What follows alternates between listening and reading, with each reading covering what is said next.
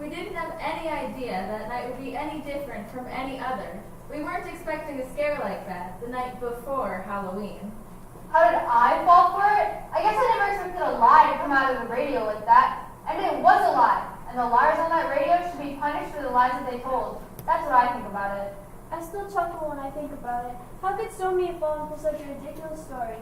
Martians, did you really think little green men are coming to take over the planet? My parents were completely fooled, but I knew better. I knew it all along. We didn't know what was going on. All we knew is that we need to get out onto the street. The advantage point to where we can see what's coming. Look up in the sky to see what some of us thought would be our last moments on Earth. I've never heard of Orson Welles, but I'll remember that name for the rest of my life.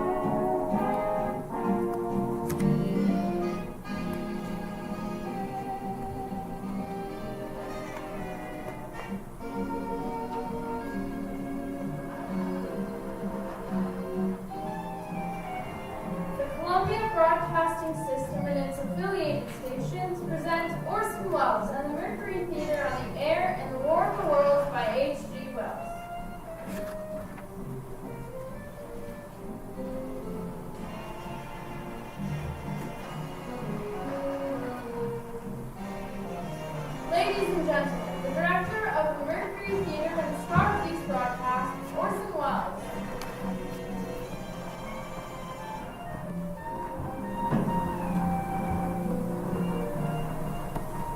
I think everyone was listening to the radio, especially on weekends in the evening. 1/3 of America was listening to one of three stations. Not much of the outside world had crept into my little town, but the man across the street had the radio, and he invited us over that night to listen to it. I'd heard of Orson Welles in the Mercury Theater, but none of us wanted to listen to Welles or the Mercury Players on CBS. We wanted to listen to Charlie McCarthy on NBC. He was pretty funny. It never occurred to me that listening to a ventriloquist on the radio didn't make much sense.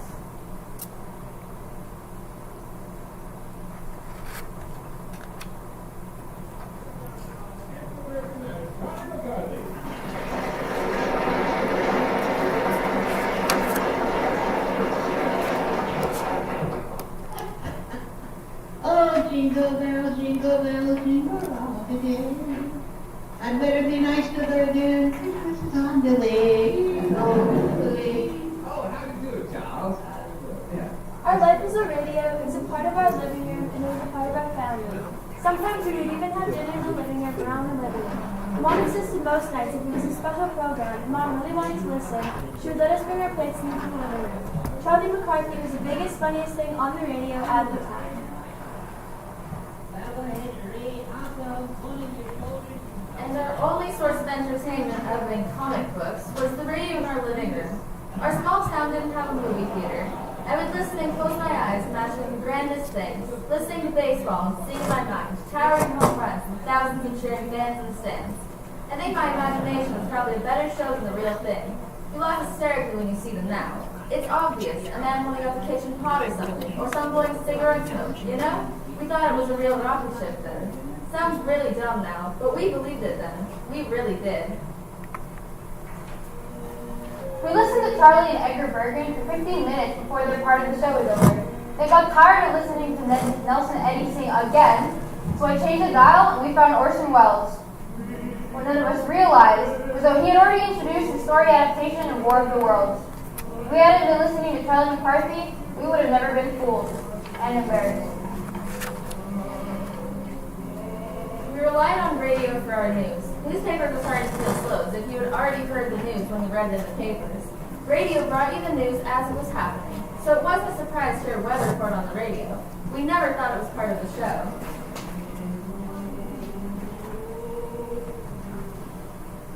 For the next 24 hours, not much change in temperature. A slight atmospheric disturbance of undetermined origin is reported over Nova Scotia, causing a low-pressure area to move down rather rapidly over the northeastern states, bringing a forecast of rain accompanied by winds of light gale force. Maximum temperature 66, minimum 48. This weather report comes to you from the Government Weather Bureau. We now take you to the Meridian Room in the Hotel Park Plaza in downtown New York, where you will be entertained by the music of Ramon Raquello and his orchestra.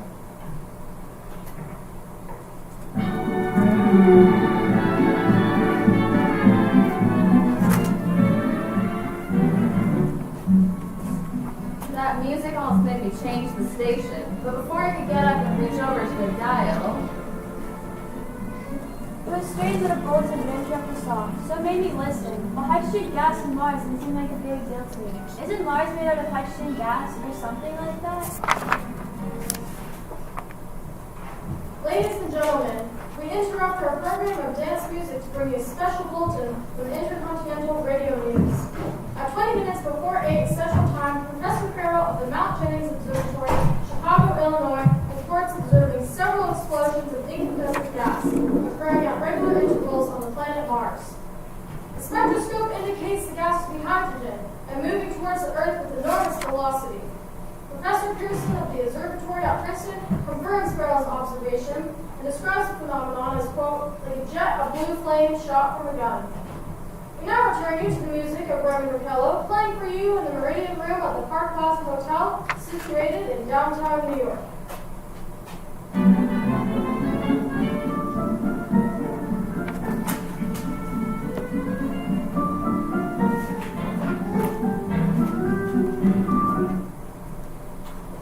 Now a tune that never loses favor, the ever-popular Stardust, Ramon Raquello and his orchestra.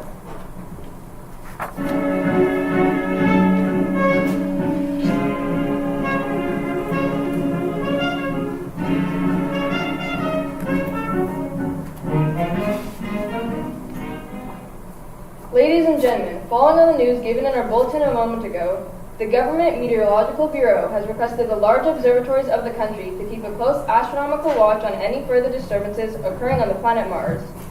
Due to the unusual nature of this occurrence, we have arranged an interview with noted astronomer, Professor Pearson, who will give us his views on the event. In a few moments, we will take you to the Princeton Observatory at Princeton, New Jersey. We return you until then to the music of Ramon Raquello and his orchestra.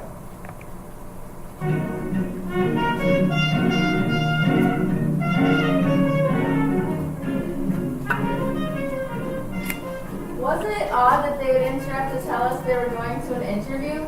Well, I didn't think enough of it. I was just happy to be over to the neighbor's house, listening to the radio, tuned in to the rest of the world. News. There was a ball game. Where's Charlie McCarthy? A Western, a science. This was so boring. If I wanted a science interview, I could go to school tomorrow and talk to my teacher and listen to them. The weekend was almost over and I'd be sick of it soon, but Mom wanted to keep listening. It was edifying, she said, whatever that meant.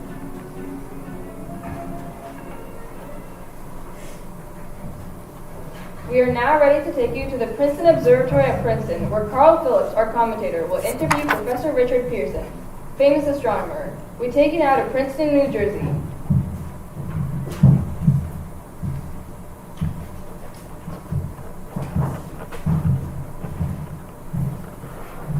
Good evening, ladies and gentlemen. This is Carl Phillips speaking to you from the Observatory at Princeton. I am standing in a large semicircular room, pitch black except for an oblong split in the ceiling. Through this opening, I can see a sprinkling of stars that cast a kind of frosty glow over the intricate mechanism of the huge telescope. The ticking sound you hear is the vibration of clockwork. Professor Pearson stands directly above me on a small platform, peering through a giant's lens. During this period, he is in constant touch with the astronomical centers of the world, and I should warn you, may be interrupted from our interview at any moment, given the events of this evening. Professor, may I begin our questions? At any time, Mr. Phillips. Professor, would you please tell our radio audience exactly what you see as you observe the planet Mars through your telescope? Nothing unusual at the moment, Mr. Phillips. A red disk swimming in a blue sea. Transverse stripes across the disk. Quite distinct now because Mars happens to be the point nearest to the Earth, in opposition as we call it. And you're quite convinced as a scientist that living intelligence as we know it does not exist on Mars? I'd say the chances against it are 1,000 to 1. And yet, how do you account for those gas eruptions occurring on the surface of the planet? Mr. Phillips, I cannot account for it. By the way, Professor, for the benefit of our listeners, how far is Mars from Earth? Approximately 40 million miles. Well, that seems a safe enough distance. Thank you.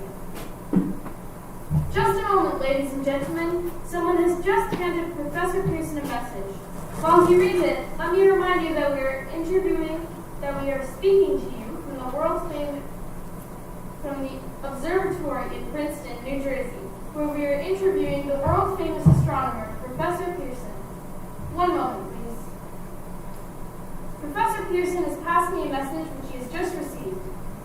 Professor, may I read the message to the listening audience? Certainly, Mr. Phillips. Ladies and gentlemen, I shall read you a wire address to Professor Pearson from Dr. Gray of the National History Museum, New York. 9:15 p.m. Eastern Standard Time. Seismograph registered shock of almost earthquake intensity occurring within a radius of 20 miles of Princeton. Please investigate. Signed, Lloyd Gray, Chief of Astronomical Division. Professor Pearson, could this occurrence possibly have something to do with the disturbances observed on the planet Mars? Hardly, Mr. Phillips. This is probably a meteorite of unusual size, and its arrival at this particular time is merely a coincidence. However, we shall conduct a search as soon as daylight permits. Thank you, Professor. Ladies and gentlemen, for the past 10 minutes, we've been speaking to you from the observatory at Princeton, bringing you a special interview with Professor Pearson, noted astronomer. This is Carl Phillips speaking. We are returning you now to our New York studio.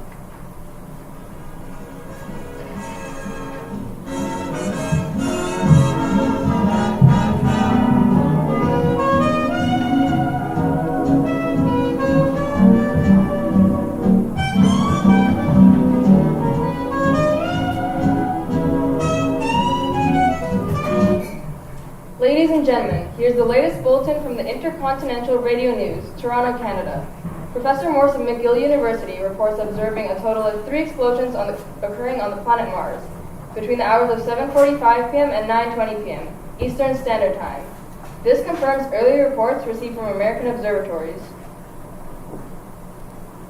It wasn't odd to hear of explosions on Mars, but earthquakes or by falling objects, surely the two are connected. Even though this Harvard Stuff shirt told us they weren't. I thought I was ahead of the curve, but it wasn't until I heard the next part that I really started to worry. Now near home comes a special announcement from Trenton, New Jersey. It is reported that at 8:50 p.m., a huge flaming object, believed to be a meteorite, fell on a farm in the neighborhood of Grover's Mill, New Jersey, 22 miles from Trenton. The flash in the sky was visible within a radius of several hundred miles, and the noise of the impact was heard as far north as Elizabeth. We have dispatched a special mobile unit to the scene, and will have our commentator, Carl Phillips, give you a word description as soon as he can reach there from Princeton. In the meantime, we take you to the Hotel Martinet in Brooklyn, where Bobby Millett and his orchestra are offering a program of dance music.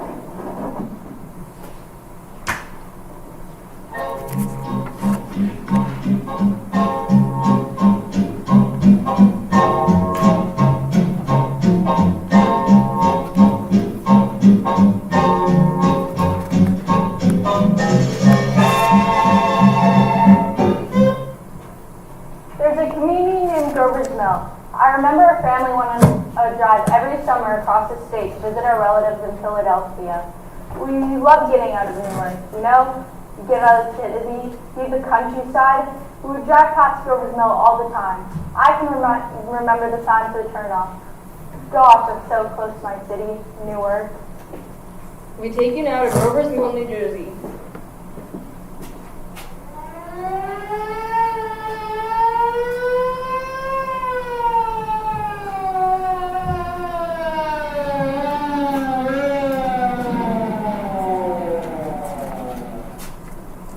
Ladies and gentlemen, this is Carl Phillips again at the Wilhelm Farm, Grover's Mill, New Jersey. Professor Pearson and myself made the 11 miles from Princeton in 10 minutes.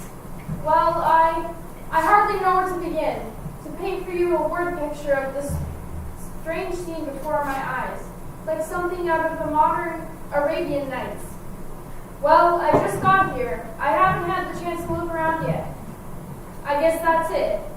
Yes, I guess that's the thing, directly in front of me, half buried in a vast pit. Must have struck with terrific force. The ground is covered with splinters of a tree it must have struck on its way down. What I can see of the object itself doesn't look much like a meteor, at least not the meteors I've seen. It looks more like a huge cylinder. I knew it. I knew that was no meteorite. No meteorite is shaped like a cylinder. But what could it be? I remember I didn't dare guess. It has a diameter of, what would you say, Professor Pearson? Anybody? What would you say? What is the diameter? About 30 yards. About 30 yards. The metal on the sheath is, well, I've never seen anything like it. The color is sort of yellowish-white. Curious spectators now are pressing close to the object in spite of the efforts of the police to keep them back. They're getting in front of my line of vision. Would you mind standing to one side, please? One side, there, one side. While the policemen are pushing the crowd back, here's Mr. Wilman, owner of the farm here. He may have some interesting facts to add. Mr. Wilman, would you please tell the radio audience as much as you remember of this rather unusual visitor that dropped in your backyard? Step closer, please. Ladies and gentlemen, this is Mr. Wilman. Well, I was listening to the radio. Closer and louder, please. Pardon me? Louder, please, and closer. Yes, sir. Well, I was listening to the radio and kind of gathered. But the first thought was about Mars. So I was after looking at that. Yes, Mr. Wilman. And then what happened? As I was saying, I was listening to the radio kind of halfway. Yes, Mr. Wilman. And then you saw something? Not first off, I heard something. And what did you hear? A hissing sound. Kind of like this. Kind of like a 4th of July rocket. Then what? Turned my head out the window and the witch was to sleep and dream. Yes? I seen kind of greenish streak and then Zinko. Some smack to the ground. I'm clear out of my chair. Well, were you frightened, Mr. Wilman? But I ain't quite sure. Everything else kind of riled. Thank you, Mr. Wilman. Thank you. Want me to tell you some more? No, that's quite all right. That's plenty. Ladies and gentlemen, you've just heard Mr. Wilman, owner of the farm where this thing is fallen. I wish I could have conveyed the atmosphere, the background of this fantastic scene. Hundreds of cars are lined up in back of us.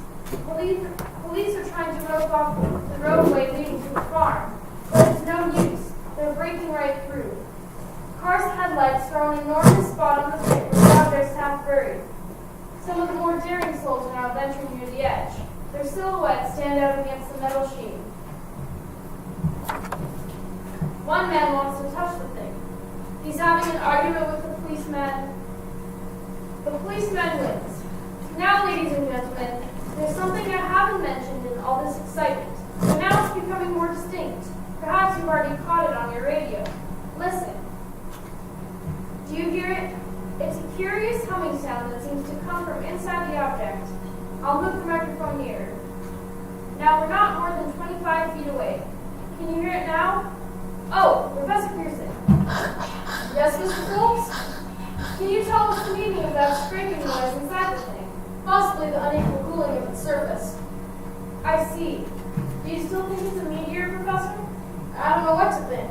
The metal casing is definitely extraterrestrial, not found on this Earth. Friction caused with the Earth's atmosphere usually tears holes in the meteorite.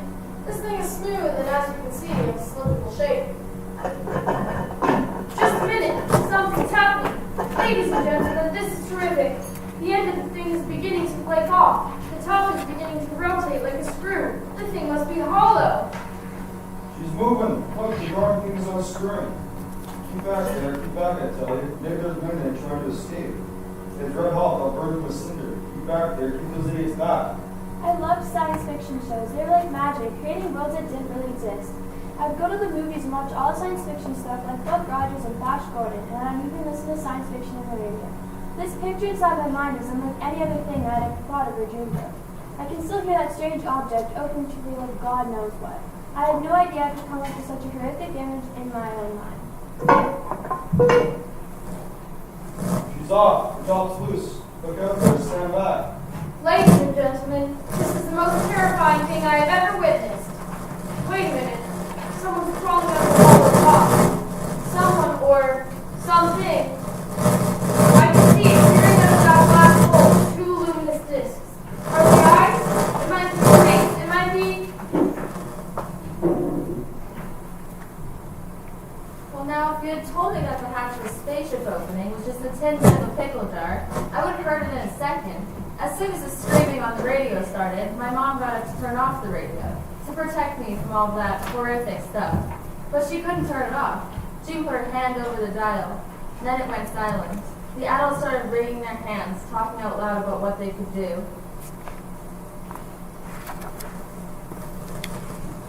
Good heavens! Something's wriggling out of the shadow like a gray snake. Now it's another one. And another. They look like tentacles to me. There, I can see the thing's body. It's large as a bear, and it glistens like wet leather. But that face, ladies and gentlemen, it's indescribable. I can hardly force myself to keep looking at it. The mouth is V-shaped with saliva dripping from its rimless lips that seem to quiver and pulsate. The eyes are black and green like a serpent. The monster, or whatever it is, can hardly move. It seems weighed down by possibly gravity or something. The thing's raising up. The crowd falls back now. They've seen plenty. This is the most extraordinary experience. I can't find words. I'll have to pull this microphone with me as I talk. I'll have to stop the description until I can take a new position. Hold on, will you please? I'll be right back in a minute.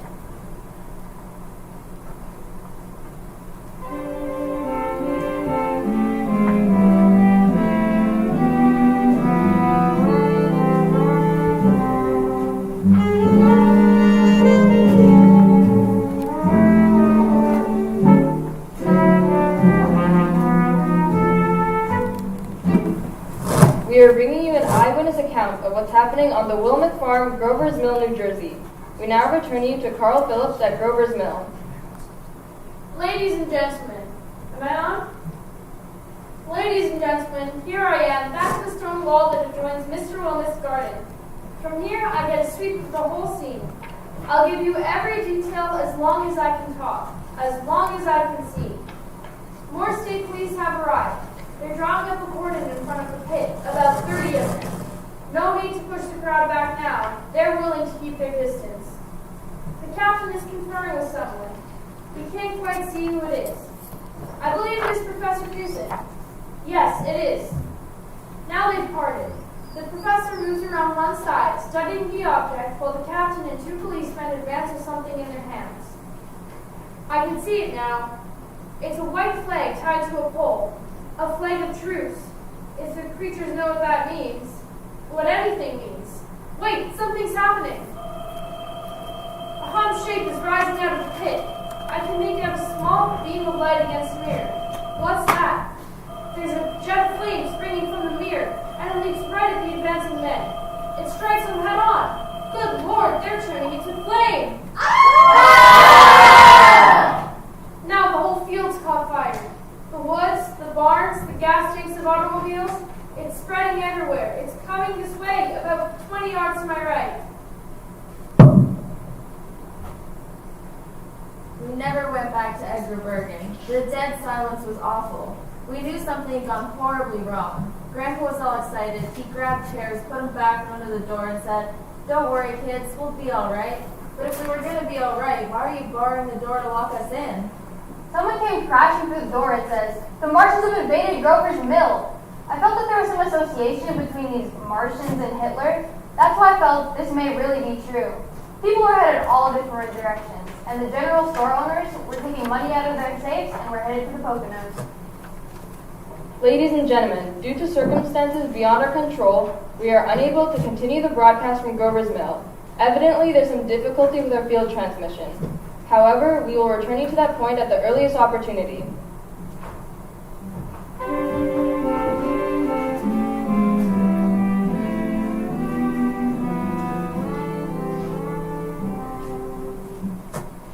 Ladies and gentlemen, I've just been handed a message that came in from Grover's Mill by telephone. Just a moment.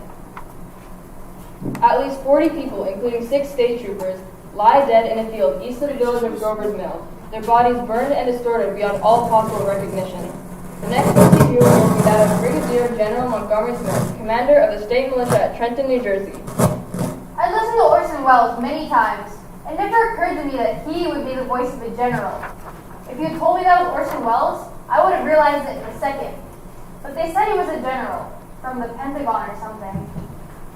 I've been requested by the governor of New Jersey to place the counties of Mercer and Middlesex as far west as Princeton and east of Jamesburg under martial law. No one will be permitted to enter this area except by special pass issued by state or military authorities.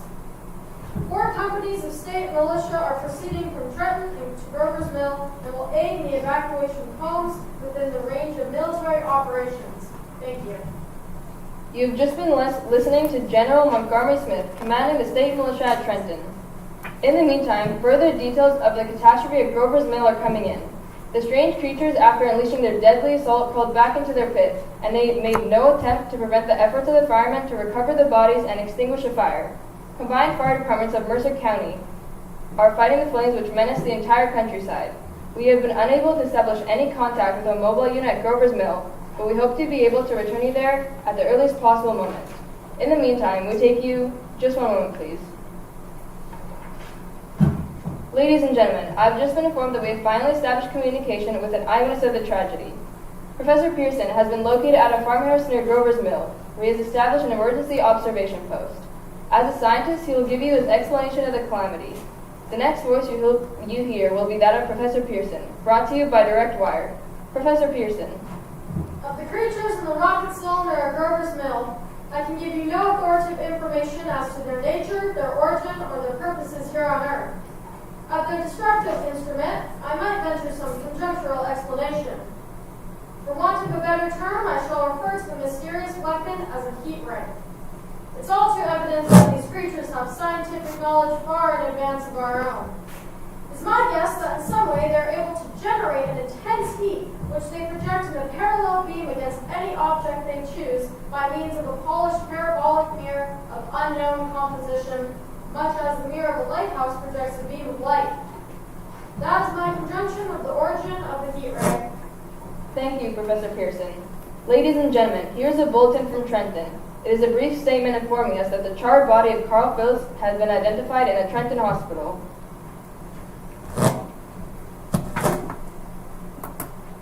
I was a telephone operator working the switchboard that night. We all were. Every light on that board lit. I would say it was about half a block long. I can remember some people asking, did I have a chance to see them? As they were crying and screaming, they wanted to know if there was a lot of gas. Was there destruction? Were there fires? Were there bodies lying all around?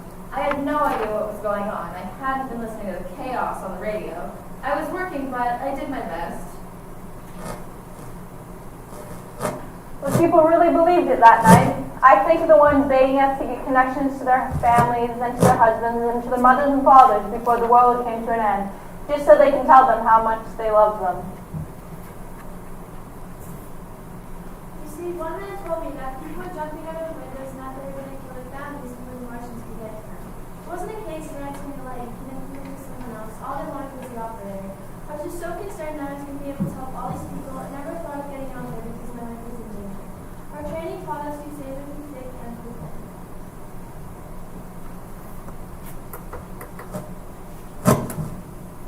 One lady, probably minutes after the onset, said, They're as far as Chicago now. And I thought, if they're traveling that fast, they'll be invisible before I get off duty.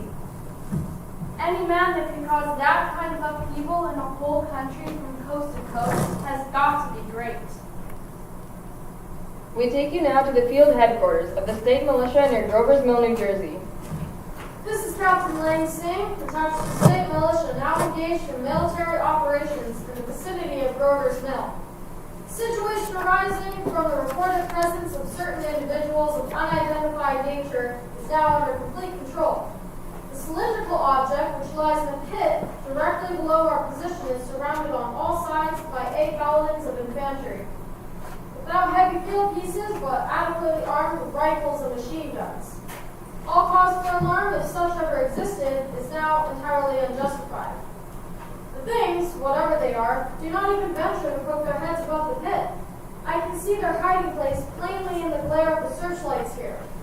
With all their reported resources, these creatures can scarcely stand up against heavy machine gun fire.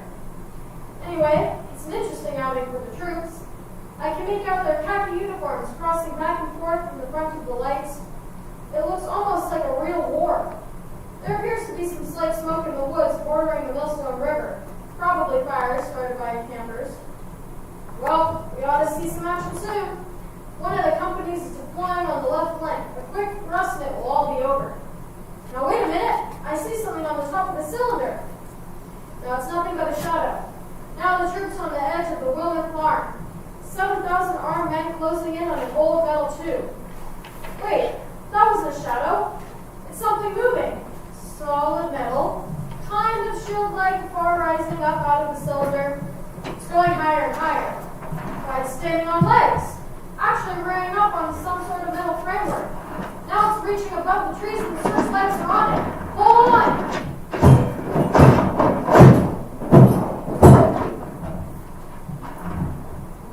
Ladies and gentlemen, I have a grave announcement to make. Incredible as it may seem, both the observations of science and the evidence of our eyes lead to the inescapable assumption that those strange beings who landed in the Jersey farmlands tonight are the vanguard of an invading army from the planet Mars. The battle which took place tonight at Grover's Mill has ended in one of the most startling defeats ever suffered by any army in modern times.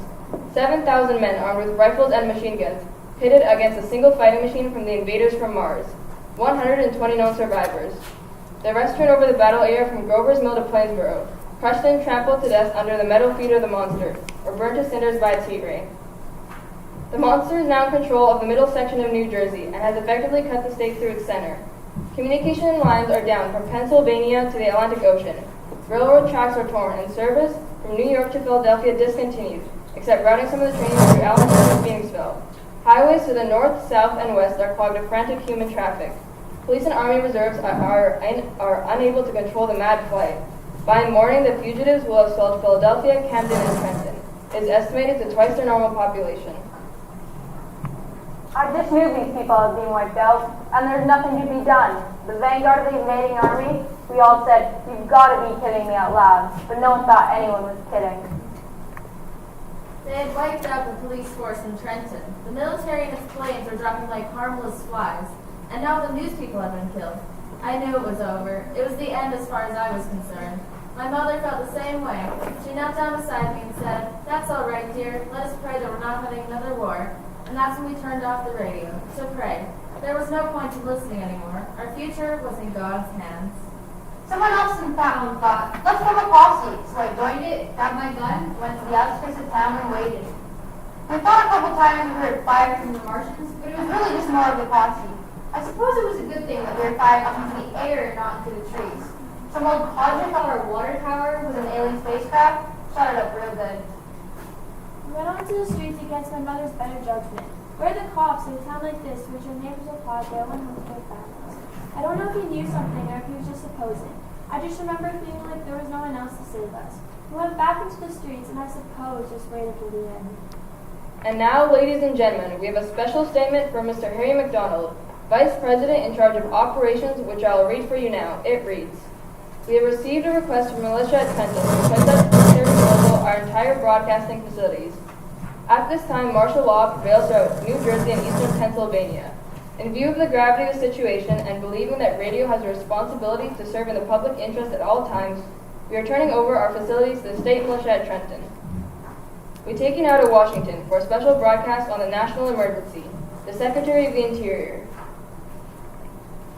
They said this person wasn't the president, although he sure did sound like him. But if he wasn't the president, then where was the president? We used to listen to his radio addresses, his fireside chats, Zimmer Kings called them. Surely Mr. Roosevelt was sitting in the White House commanding the army to deal with this new war. Why wasn't he speaking to us? Had the Martians gotten to my president? Someone in our group had joined us late.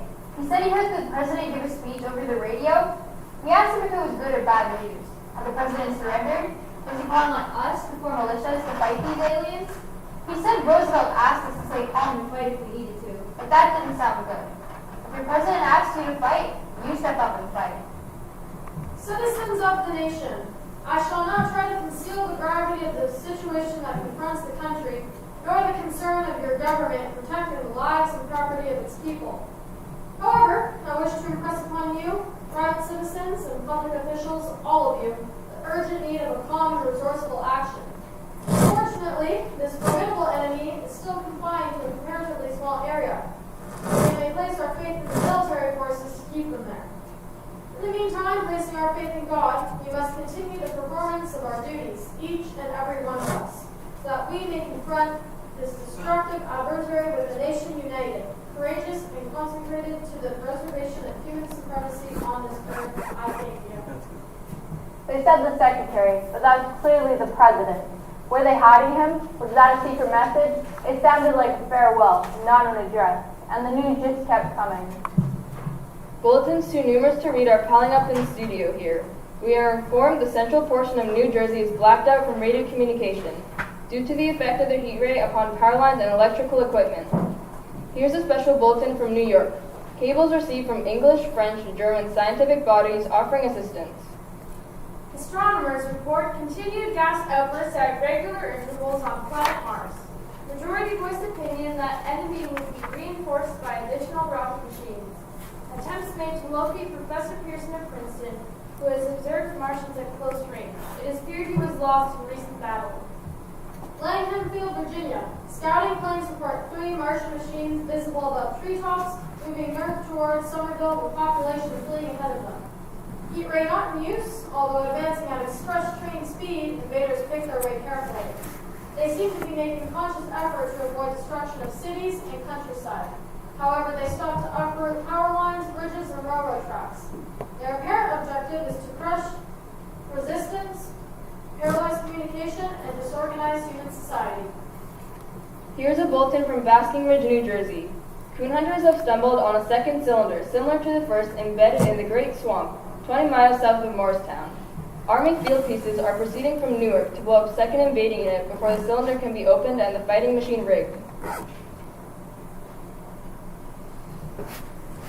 Another bulletin from Langham Field, Virginia. Scouting planes report enemy machines, now 3 in number, increasing speed northward, taking over houses and trees, and are evident haste to form a conjunction with their allies, south of Morristown.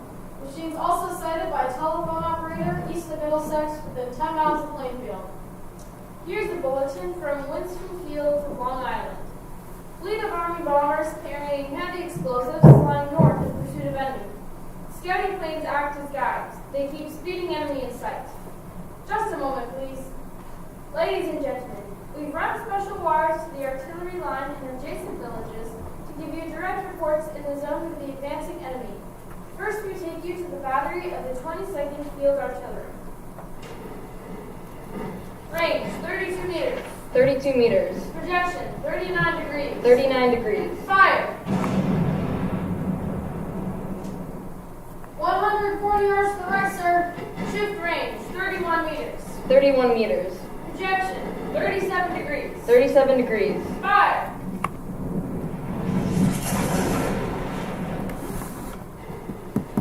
Sir, we had the tripod of one of them. They stopped. Wait, get the range. Shift 30 meters. 30 meters. Projection, 27 degrees. 27 degrees. Fire!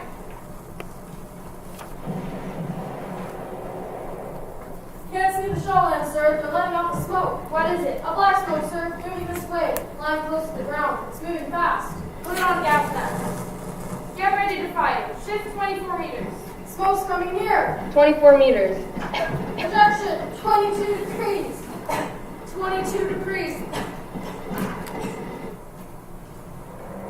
Army bombing plane, B-843 off Bayonne, New Jersey. Reporting to Commander Fairfax, Langham Field. Enemy tripod machines now in sight. Reinforced by 3 machines in the Morristown cylinder. 6 altogether. 1 machine already crippled. Guns now appear silent. A heavy black fog hanging close to the earth, of extreme density. Nature unknown.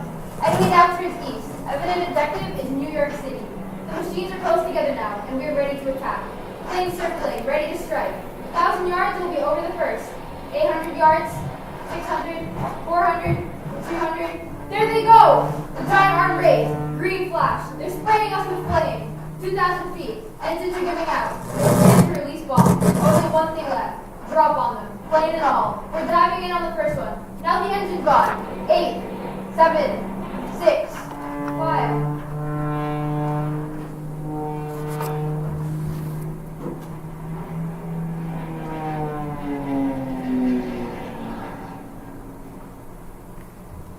This is 2X2L, Bayonne, New Jersey, calling Langenfield. This is 2X2L, Bayonne, New Jersey, calling Langenfield. Come in, please. This is Langham Field. Go ahead. 8 Army bombers, an engagement with enemy tripod machines over Jersey Flats. All crashed. One enemy machine destroyed. Enemy now discharging heavy black smoke in direction of... Warning, poisonous black smoke pouring in from marshes. Reaches South Street. Gas masks useless. Urge population to move into open spaces. Automobiles use route 7, 23, 24. Avoid congested areas. Smoke now spreading over Raymond Boulevard. 2X2L, calling CQ. 2X2L, calling CQ. 2X2L, calling 8X3R. Come in, please. Where are you, 2X2L? What's the matter? Where are you? We didn't know that there's supposed to be a station identification. You know, like, you're currently listening to Orson Welles and his Murphy Flares, and this is the Columbia Broadcasting Service. That would have fixed it all. We didn't know that the corporate bigwigs had sent a minion down to the studio to force the station identification. We didn't know that Wall still went another 5 minutes until the entire country was on the verge of a meltdown. And after it was just silence.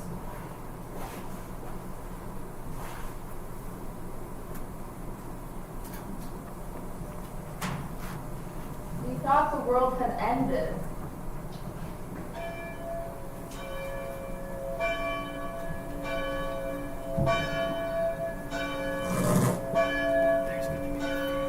I'm speaking from the roof of the broadcasting building, New York City. The bells you hear are ringing to warn the people to evacuate the city as the Martians approach. Estimated in the last 2 hours, 3 million people have moved out along the roads to the north. Hutchinson River Parkway is still kept open for motor traffic. Avoid bridges to Long Island, hopelessly jammed.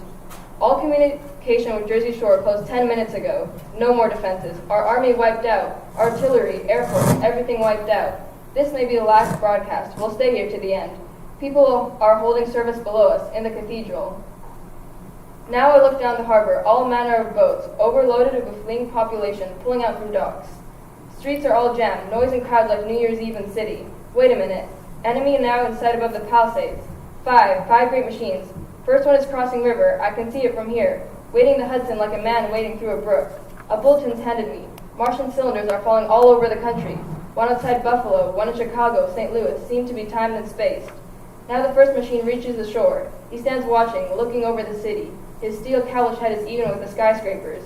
He waits for the others. They rise like a line of new towers on the city's west side. Now they're lifting their metal hands. This is the end now. Smoke comes out. Black smoke drifting over the city. People in the streets see it now. They're running towards the East River. Thousands of them, dropping in like rats. Now the smoke's spreading faster. It's reached Times Square. People trying to run away from it, but it's no use. They're falling like flies. Now the smoke's crossing 6th Avenue, 5th Avenue, 100 yards away. It's 50 feet. 2X2L, calling CQ. 2X2L, calling CQ. 2X2L, calling CQ. New York. Isn't there anyone on the air? Isn't there anyone on the air? Isn't there anyone? 2X2L. Now, we knew the world had ended.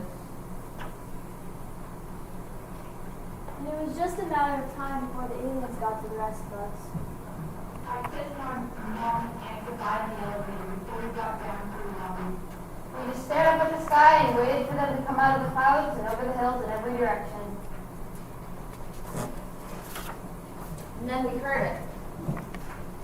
You are listening to CBS presentation of Orson Welles and the Mercury Theater, on the air in an original dramatization of The War of the Worlds by H.G. Wells. The performance will continue after a brief intermission. This is a Columbia Broadcasting System. And we were so confused.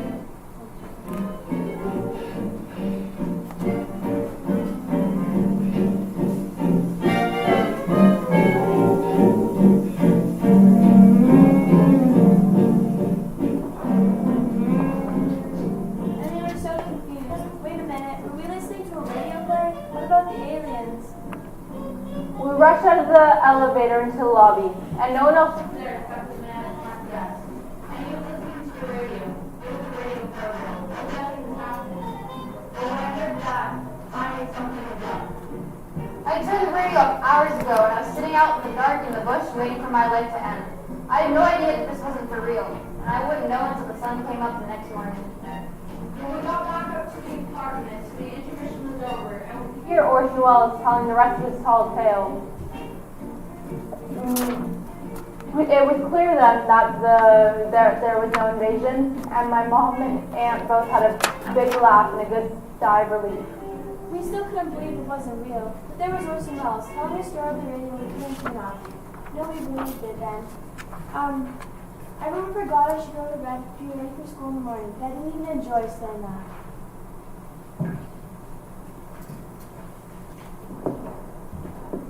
I had read H.G. Wells' War of the Worlds a couple of years ago, so I got to explain to the adults what they had just been listening to. Wells was a scientist that had survived the invasion. As I set down these notes on paper, I'm obsessed by the thought that I may be the last living man on Earth. I've been hiding in this empty house near Groversville, small island of daylight cut off by black smoke from the rest of the world. I look down at my blackened hands, my torn shoes, and my tattered clothes, and I try to connect them with Professor Lurz at Princeton, and who on the night of October 30th glimpsed into his telescope an orange splash of light on a distant planet. It was the story of a man wandering the earth.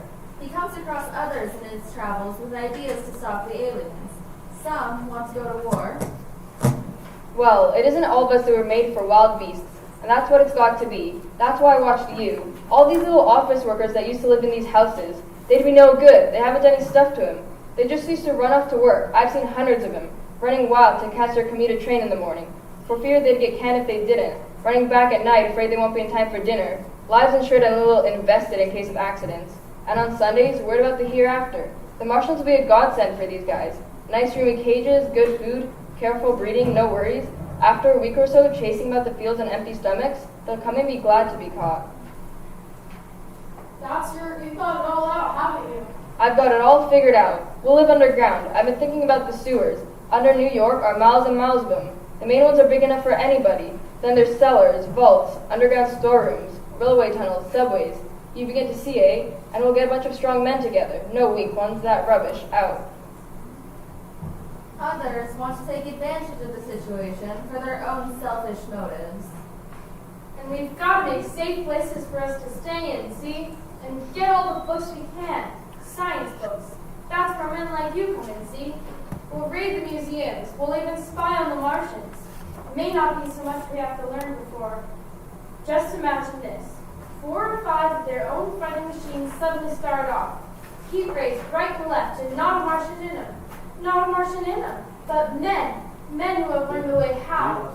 It may even be in our time. Gee, imagine having one of them lovely things with its heat ray wide and free. We turn it on Martians. We turn it on men. We bring everybody down to their knees. That's your plan? You and me and a few more of us, we'd own the world. I see.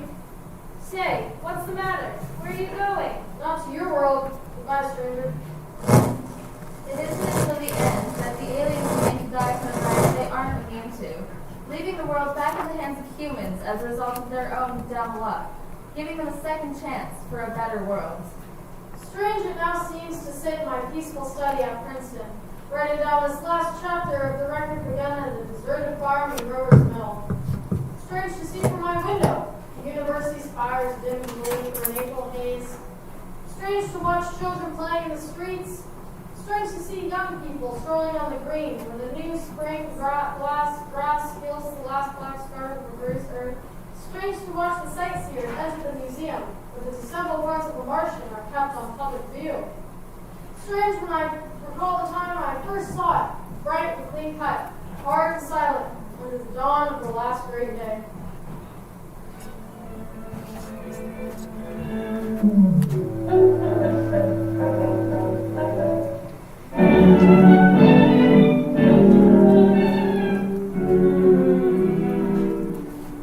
This is Orson Welles, ladies and gentlemen, out of character to assure you that the War of the Worlds has no further significance than as a holiday offering it was intended to be. The Mercury Theater's own radio version of dressing up in a sheet and jumping out of the bush and saying boo. Starting now, we couldn't soap all your windows and steal all your garden gates by tomorrow. So we did the next best thing. We annihilated the world before your very ears and utterly destroyed the CBS. You'll be relieved, I hope, to learn that we didn't mean it, and that both institutions are still open for business. So goodbye, everybody, and remember the terrible lesson you learned tonight. That grinning, glowing, God-fearing invader of your living room is the inhabitant of the pumpkin patch. And if your doorbell rings and nobody's there, that was no Martian, it's Halloween.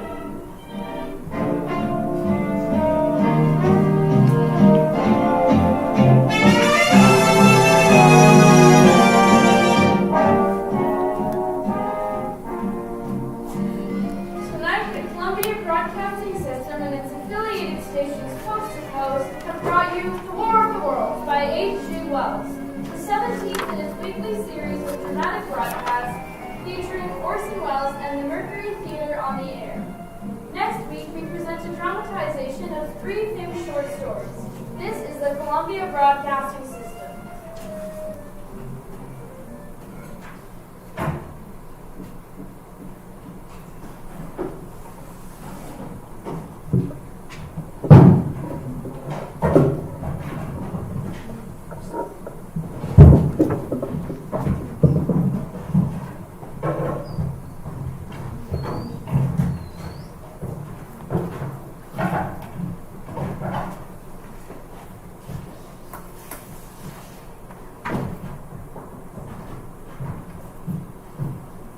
We were ready to call it a night, go home after a good day's work.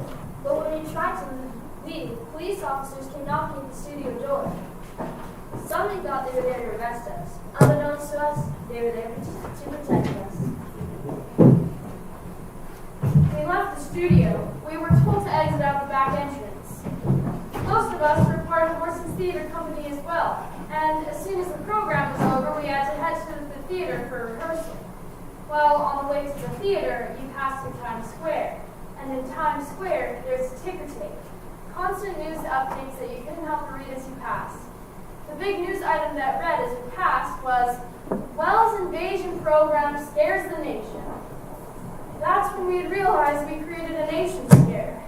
It would make you proud if you didn't realize just how much concern you had caused the country.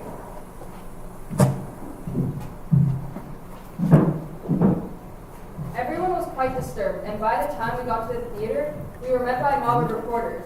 It was the first time in my life I saw Orson Welles taken aback by all of this. I don't think he thought about the moral issue of broadcasting a program like this. Newspapers saw an opportunity to show the world how dangerous a screen medium or radio could be. They splashed headlines on the morning papers, but often exaggerating the effect of this broadcast. One newspaper man in particular, William Randolph Hearst, went after Wells mercilessly. Wells gave the greatest performance of his career at that press conference. So pious, so shaken, so guilty. He knew this was publicity that money couldn't buy. His stardom was assured. Within 2 days, the Mercury Theater would have its first major sponsor, Campbell Soup. And within a year, Wells would be on his way to Hollywood, having signed the biggest contract in film history at the young age of 24. Soon to go on to what many considered to direct the famous thing of all time.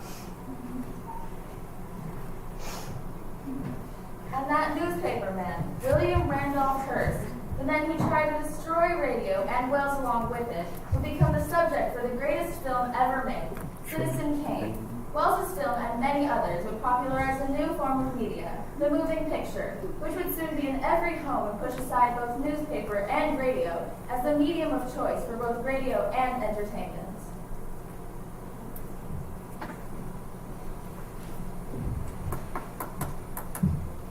So a man who becomes famous by pretending entertainment was news on the radio becomes even more famous by making a movie about a man pretending entertainment was news in the newspaper. And just as the War of the Worlds showed over 80 years ago, we still can't tell the difference between our news and our entertainment.